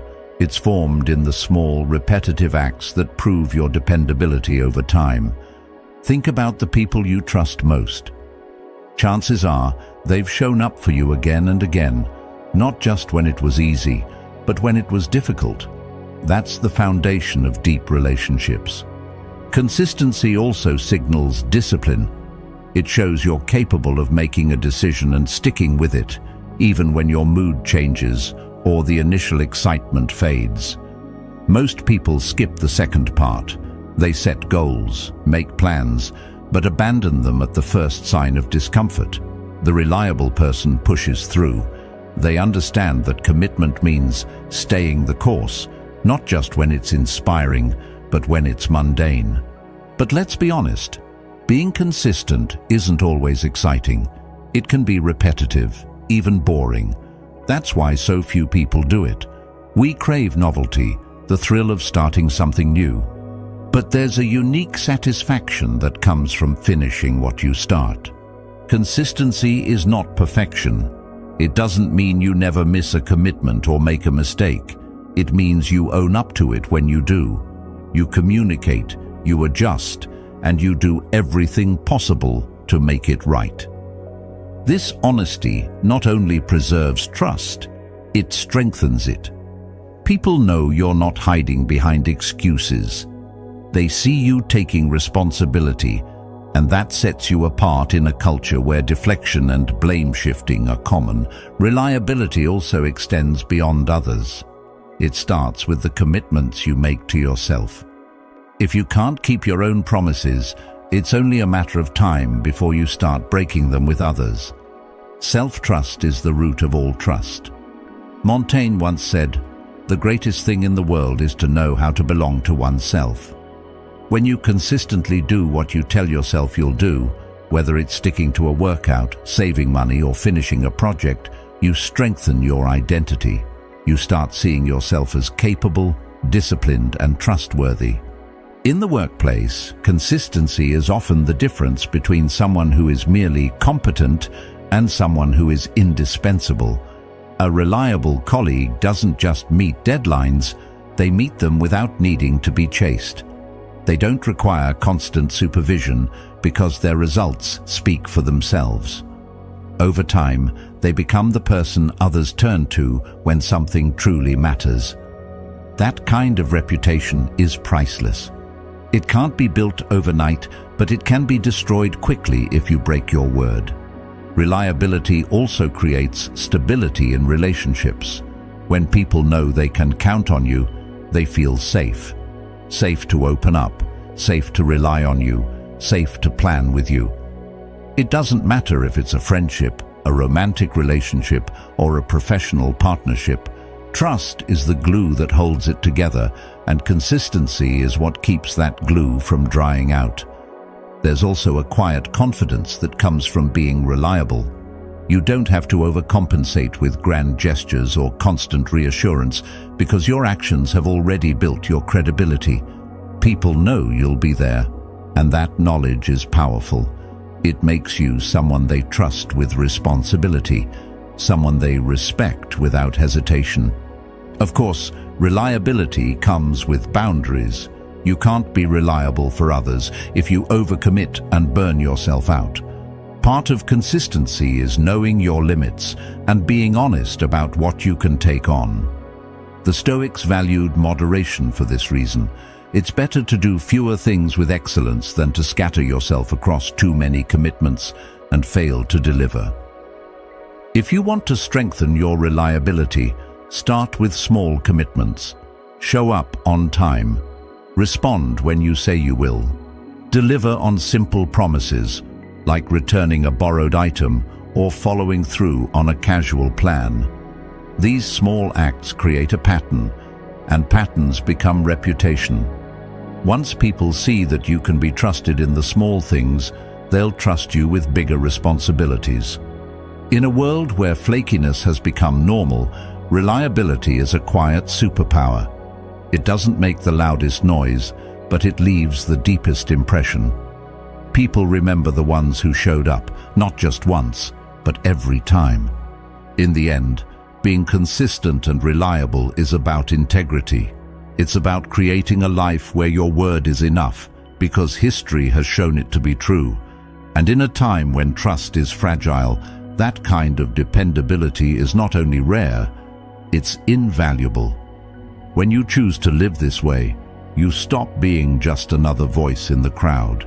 You become the person people can build on, the one they know will be there no matter what. And that's a legacy worth leaving. 12. Speak less, mean more.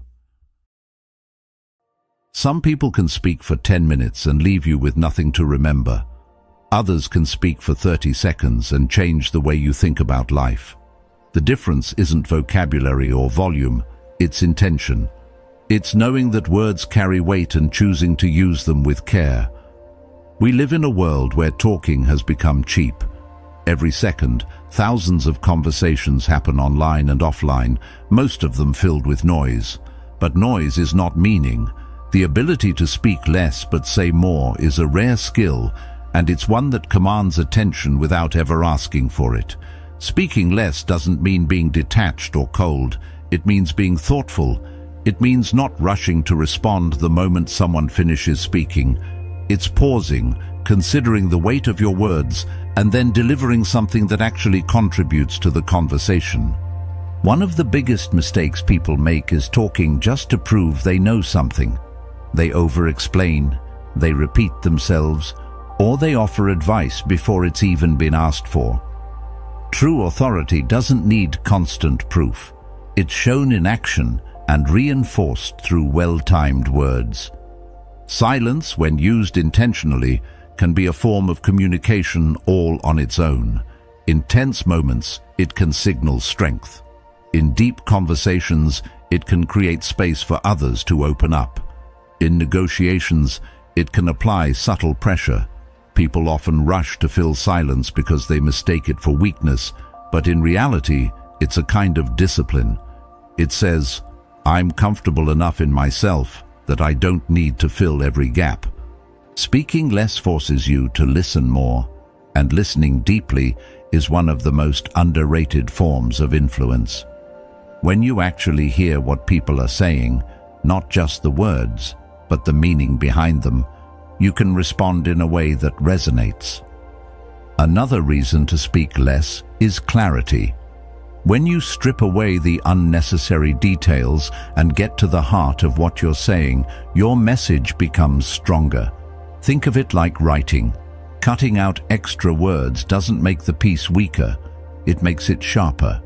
People remember clean, concise messages far longer than they remember rambling explanations. This is why leaders, thinkers, and philosophers throughout history have used brevity to their advantage. They didn't just say something, they said it in a way that could be remembered and repeated. There's also a psychological effect at play. When you speak sparingly, you create a sense of mystery. People begin to wonder what you're thinking, what you'll say next, or what you've chosen not to say. That curiosity works in your favor. Speaking less also reduces the chances of speaking in anger or saying something you'll regret. Emotional discipline is a huge part of this skill. When you pause before responding, especially in moments of conflict, you give yourself time to choose a measured, thoughtful reply instead of an impulsive one. It's worth noting that speaking less is not about withholding information that matters. It's about cutting away the excess so the important things stand out. In relationships, this might mean saying fewer but more meaningful compliments so that each one feels genuine. In business, it might mean giving clear, direct instructions instead of overcomplicating them. In friendships, it might mean knowing when someone just needs your presence, not your advice. If you want to practice speaking less but meaning more, start with intentional pauses. When someone finishes speaking, wait a beat before you reply. In that pause, think, will what I'm about to say move the conversation forward? Is it necessary? Is it true? This aligns with the Stoic principle of living with intention. Speaking is an action, and like all actions, it should be deliberate. You can also train yourself by observing people who already embody this. Notice how the most respected figures in a room rarely speak the most. They're selective, and when they do speak, their words carry weight.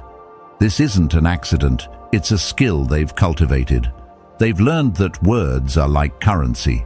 The more you flood the market, the less each one is worth. Over time, you'll notice that speaking less makes people listen more.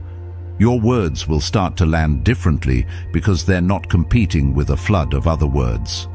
People will associate your voice with substance, and that association is powerful. They'll come to you when they need clarity, perspective, or truth, not just noise. And perhaps most importantly, speaking less shifts your focus from trying to impress to trying to connect. It's not about delivering a performance, it's about delivering meaning. And meaning often lives in the spaces between words, in the pauses, in the silences that invite others to think and feel before the next sentence arrives. The Stoics would say that mastery of speech is mastery of self. To speak less and mean more is to live in alignment with the values of wisdom, discipline, and purpose.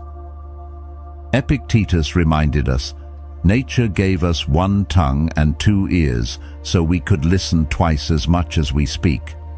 That ratio is worth keeping in mind, because when you live by it, you'll find your conversations deepen, your relationships strengthen, and your influence grows. Not by saying more, but by making every word count. In the end, silence is not emptiness, it's space. And in that space, meaning can breathe. When you speak less and mean more, you stop wasting words and start crafting them into something people remember. Sometimes, silence isn't just the flex. It's the foundation that makes every word you do speak feel like it matters. 13. Dress with intent. There's a certain kind of confidence that walks into a room before you say a single word. You've probably seen it before. Someone steps in, and without doing anything dramatic, they carry a presence that makes people notice. It's not just their posture or the way they move. It's the way everything about them feels put together in a way that's true to who they are. That's the quiet power of dressing with intent. The way you dress isn't about chasing every fashion trend or wearing something expensive.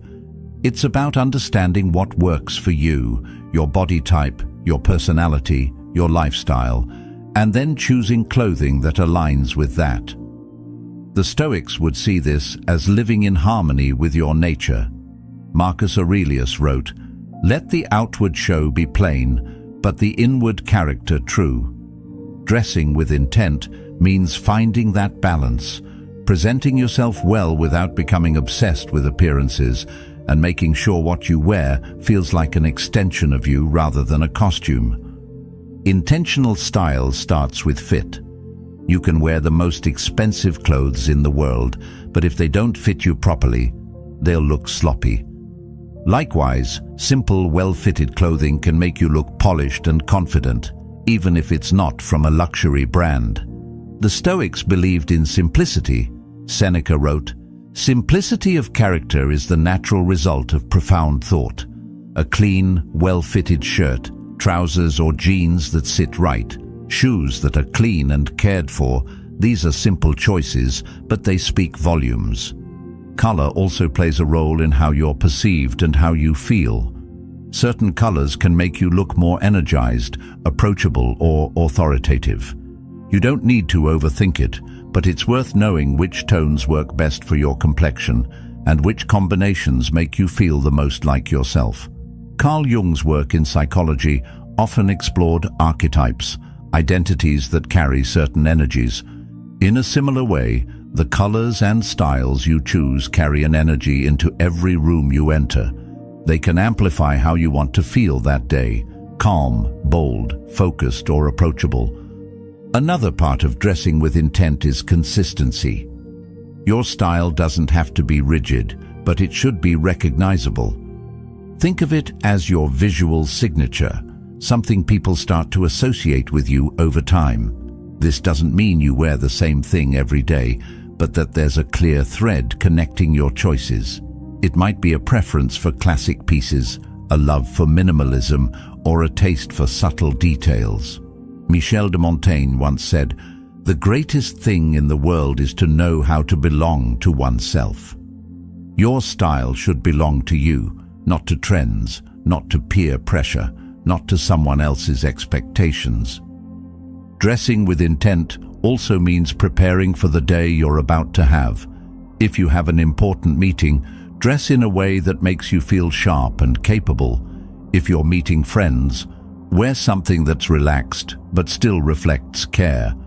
When your clothing matches the energy of the situation, you feel more comfortable and confident, and that ease translates into your interactions.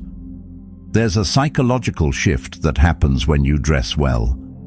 The act of choosing clothes that fit, flatter, and feel right sends a signal to your brain. I'm ready. You carry yourself differently. You speak with more assurance. People respond to you with more attention. This isn't about superficiality. It's about the connection between mind and body.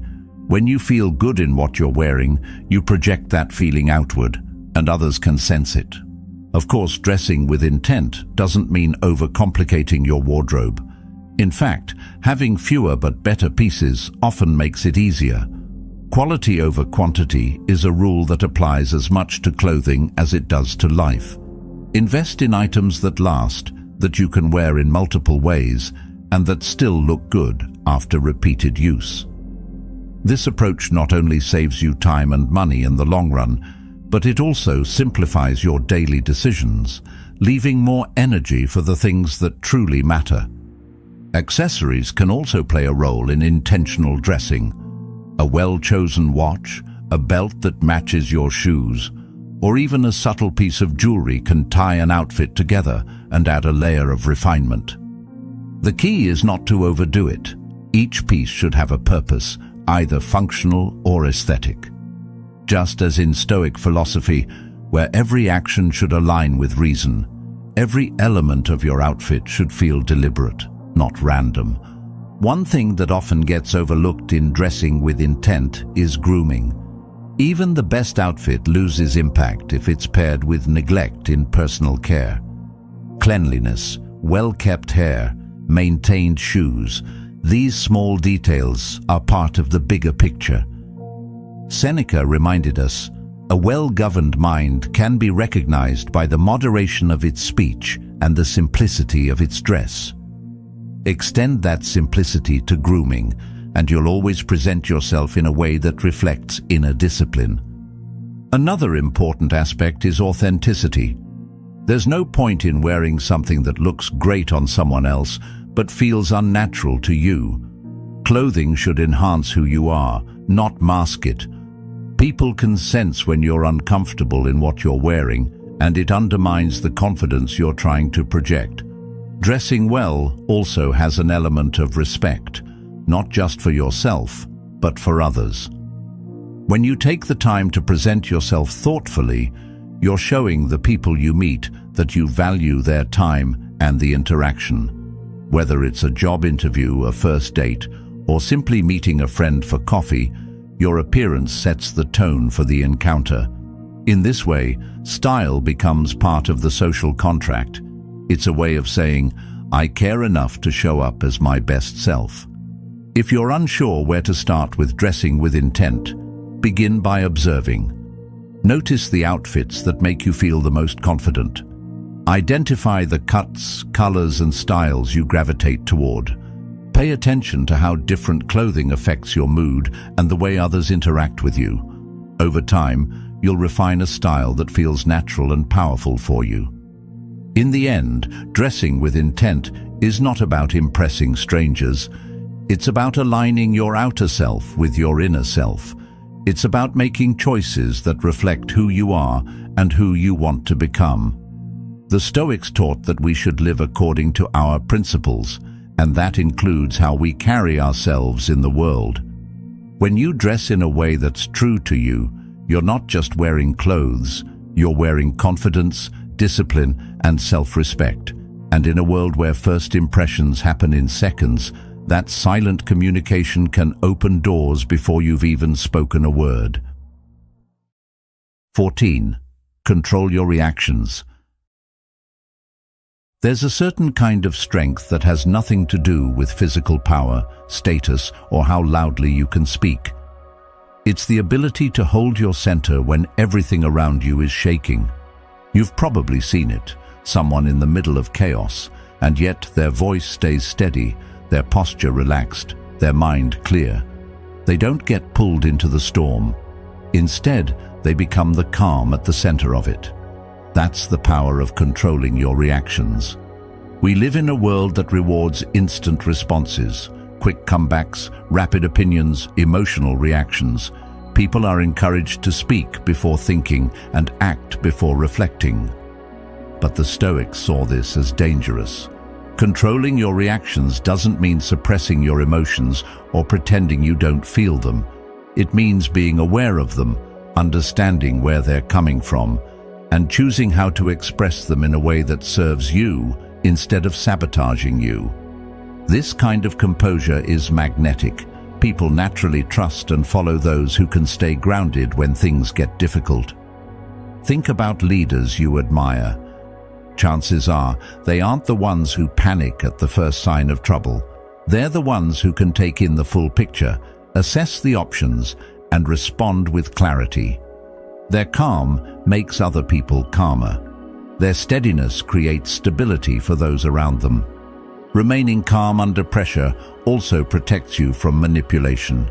When you're quick to react, people can provoke you on purpose just to throw you off balance. But if you're steady, their attempts fall flat. One of the best ways to strengthen this skill is to build awareness of your triggers. Pay attention to what kinds of situations or comments make your emotions spike. Then, instead of avoiding them completely, practice staying calm in their presence. This might mean slowing your breathing, asking a clarifying question before responding, or simply reminding yourself that your reaction is always a choice. It's also worth noting that controlling your reactions doesn't mean being passive. You can be calm and still be assertive. You can be steady and still be decisive. The difference is that your actions come from a place of clarity, not from being swept away by the first wave of emotion. The Stoics didn't avoid strong feelings. They simply refused to be ruled by them.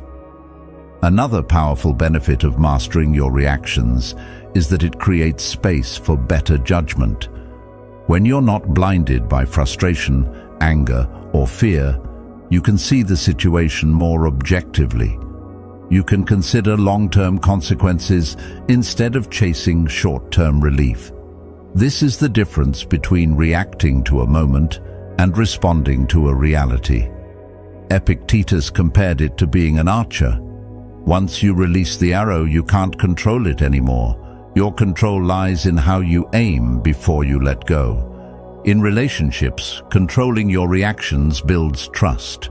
It tells people they can approach you without fear of explosive responses. It means disagreements can stay productive instead of turning destructive. This doesn't mean you never show emotion. It means you choose how and when to show it so that it strengthens the connection rather than damages it. Montaigne once said, "The greatest thing in the world is to know how to belong to oneself." Owning your reactions is a big part of that belonging. Even in everyday life, this skill pays off.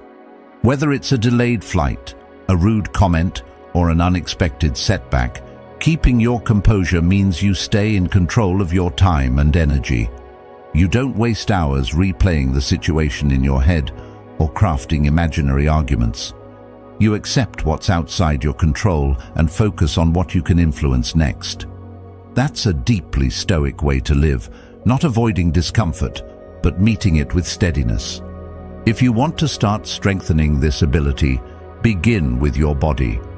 When you feel your emotions rise, slow down your breathing, relax your shoulders, drop your jaw. Physical relaxation signals to your mind that you're safe, even in tense situations. Then, give yourself a question to create distance from the heat of the moment. Will this matter in a week? In a year? This tiny pause can be enough to shift you from reaction to response.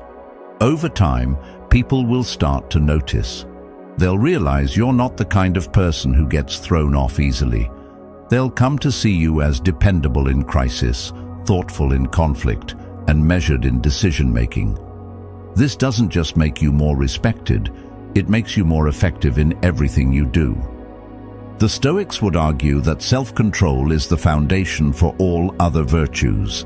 Without it, your wisdom is clouded, your courage is reckless, and your justice is inconsistent. With it, you can navigate life with the kind of grace and strength that others admire, but can't always name. In the end, controlling your reactions isn't about suppressing who you are. It's about becoming the master of how you show who you are.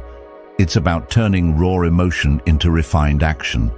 And when you can do that, when you can remain calm when the world tries to shake you, you become more than someone people like. You become someone they trust, someone they follow, and someone they remember. Because in a noisy, reactive world, your steadiness will speak louder than any outburst ever could. 15. Create space for yourself. There's something fascinating about people who don't seem to be everywhere all the time. They aren't constantly in your inbox. They're not always the first to respond to every message, and they're not showing up at every single event just to be seen. And yet, when they do appear, it feels like something shifts in the room. People notice. They listen more closely. Their presence feels intentional, not accidental. That's because they've learned a truth most people overlook. If you want your presence to hold weight, you have to create space for yourself. We live in an age of overexposure. Social media, constant messaging, and an expectation for instant replies have made us believe that being always available is a sign of connection or care. But in reality, being constantly accessible can work against you. It erodes your sense of independence, drains your emotional energy, and makes people take your time and attention for granted. The Stoics understood the danger of being too accessible to everyone. Marcus Aurelius wrote, "The more we value things outside our control, the less control we have. Your time, your emotional energy, and your mental focus are things you can control, and that control begins with setting boundaries." There's also an undeniable psychology behind absence. When you're constantly present, people begin to normalize you. They stop noticing the effort you bring because they're used to it being there on demand. But when you create space, when you're intentionally absent at times, your return feels like an event. People lean in more, listen more, and appreciate you more because they've had to wait for it. As the old saying goes, absence doesn't just make the heart grow fonder, it makes the mind more attentive. One of the challenges of creating space is the fear of being forgotten. We worry that if we're not constantly visible, people will lose interest. But the reality is often the opposite. Strategic absence increases interest. Think about the most respected figures in any field. They're not constantly talking. They choose their moments. They protect their energy so that when they do show up, they have something worth sharing. This doesn't mean you vanish without explanation or play manipulative games. Healthy space comes from healthy boundaries. It means sometimes saying no without guilt, turning down invitations that don't align with your priorities, or not responding to every message immediately just because it was sent. It's about living at a pace that allows for depth instead of being pulled into constant surface-level interactions. Space also creates clarity. When you step back from constant engagement, you can see things more objectively, your relationships, your work, your goals. The Stoics valued this kind of detachment, not as a rejection of life, but as a way to see it more clearly. Marcus Aurelius advised himself daily to take the view from above, to step back and see life in its larger context. That kind of perspective only comes when you give yourself room to breathe. The benefits of creating space extend beyond your personal well-being. They impact how others treat you. When you respect your own time, others learn to respect it too. When you make it clear that your attention is valuable, people start valuing it more. And when you're not always available, your presence stops being taken for granted. There's also a creative power in absence. Some of the best ideas, insights, and breakthroughs happen when you step away from the noise. When you're constantly in motion, your mind doesn't have room to wander, to connect ideas, or to see new possibilities. That's why so many great thinkers, artists, and leaders valued solitude, not as isolation, but as fertile ground for innovation. Creating space doesn't mean cutting yourself off from others. It means balancing connection with separation. It's the rhythm of presence and absence that makes both meaningful. Think of music. Without the pauses between notes, there's no melody. Without space, life becomes a constant blur with no defining moments. To start creating more space, you don't need to make drastic changes. Begin with small steps. Block out certain hours each day where you're unavailable. No phone, no social media, no interruptions. Dedicate time each week for activities that restore you, whether that's reading, walking, meditating, or simply sitting in silence. When you feel pulled into situations that drain you, ask yourself, is this the best use of my energy right now? That question alone can help you choose more intentionally. Over time, you'll notice that creating space changes the way you feel and the way others perceive you. You'll feel more centered, more in control, and more purposeful in your actions. People will start noticing the difference in your presence, not because you're there more often, but because when you are there, you're fully there. You're not drained, distracted, or stretched thin. You're engaged, grounded, and alive. In the end, creating space for yourself is an act of self-respect. It's a way of saying, I am not here to be consumed endlessly. I am here to live intentionally. It allows you to give more fully when you choose to engage, to preserve your energy for the moments that matter, and to let your presence carry the kind of weight that only comes from not being everywhere all the time. Because here's the truth, if you're always available, you become background noise. But if you create space, you become a voice worth hearing. Absence makes your presence not just valuable, it makes it unforgettable. And in a world that's constantly clamoring for more, that's one of the most powerful things you can give yourself.